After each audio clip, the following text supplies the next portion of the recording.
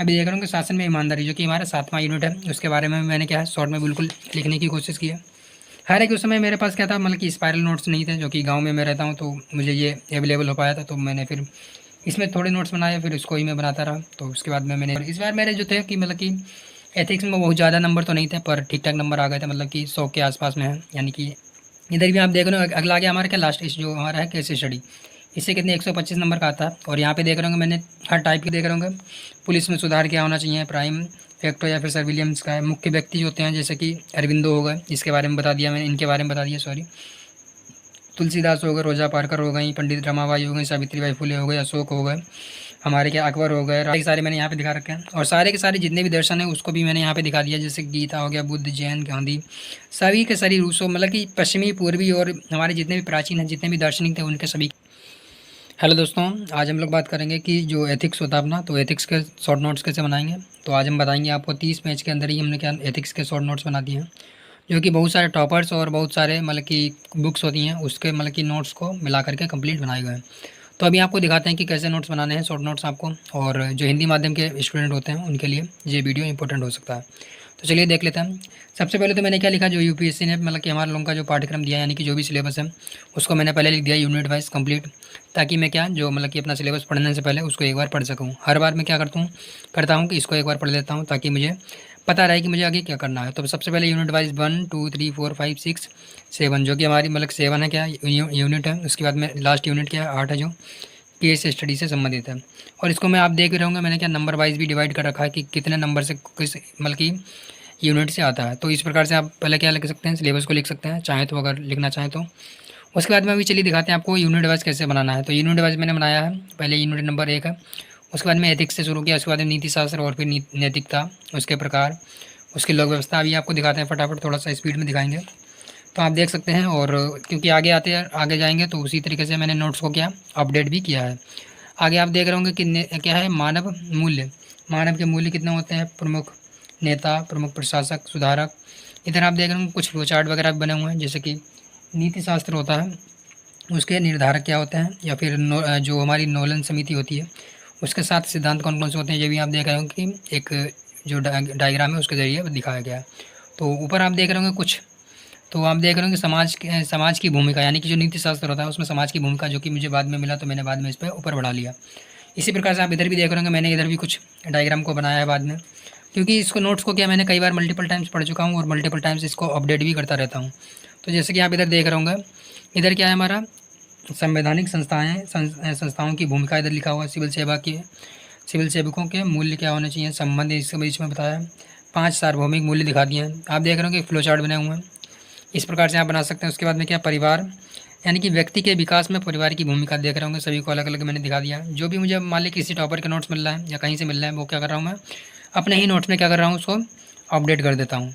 और अभी आप देख रहे हो कि हमारी अगली यूनिट आ गई, जो कि है अभिवृत्ति या फिर मनोवृत्ति, तो इससे संबंधित भी आप भी देख रहे होंगे। और इधर भी क्या शॉर्ट नोट्स बनाए हुए हैं, और इधर भी आप देख रहे होंगे कि कई मतलब फ्लो चार्ट या डायग्राम के जरिए मैंने क्या है बनाने की कोशिश की है।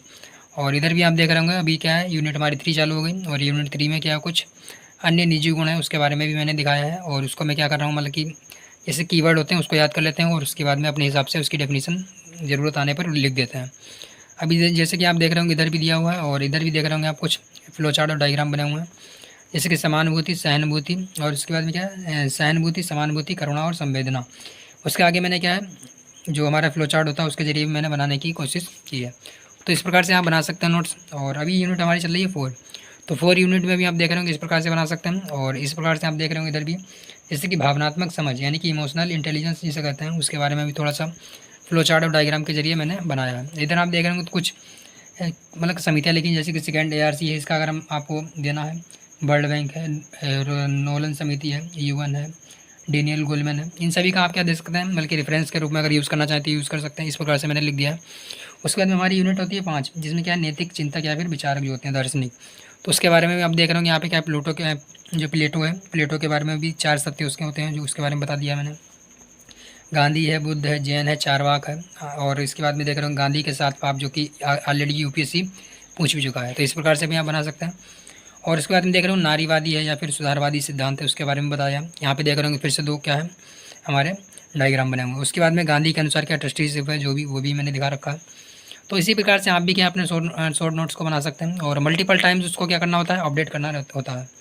तो वही अभी देख रहे होंगे कानून के अनुसार क्या है, कानून के स्रोत क्या क्या हो सकते हैं, जैसे कि परंपरा, धर्म, दर्शन, संविधान हो गया, संस्कृति हो गया, सामाजिक मापदंड, संस्थाएं, आधुनिक कानून निर्माण की संस्थाएं। तो इस प्रकार से सारे के सारे आपको नोट्स क्या है हमेशा मतलब कि बनाते रहना है और लगातार इसको अपडेट करते रहना, जिससे कि आपको कोई भी करंट अफेयर्स में अगर कोई डायग्राम मिल गया या फिर कोई भी इंपॉर्टेंट पॉइंट मिल गया उसको आप बढ़ा सकते हैं, जैसे कि एथिक्स से संबंधित।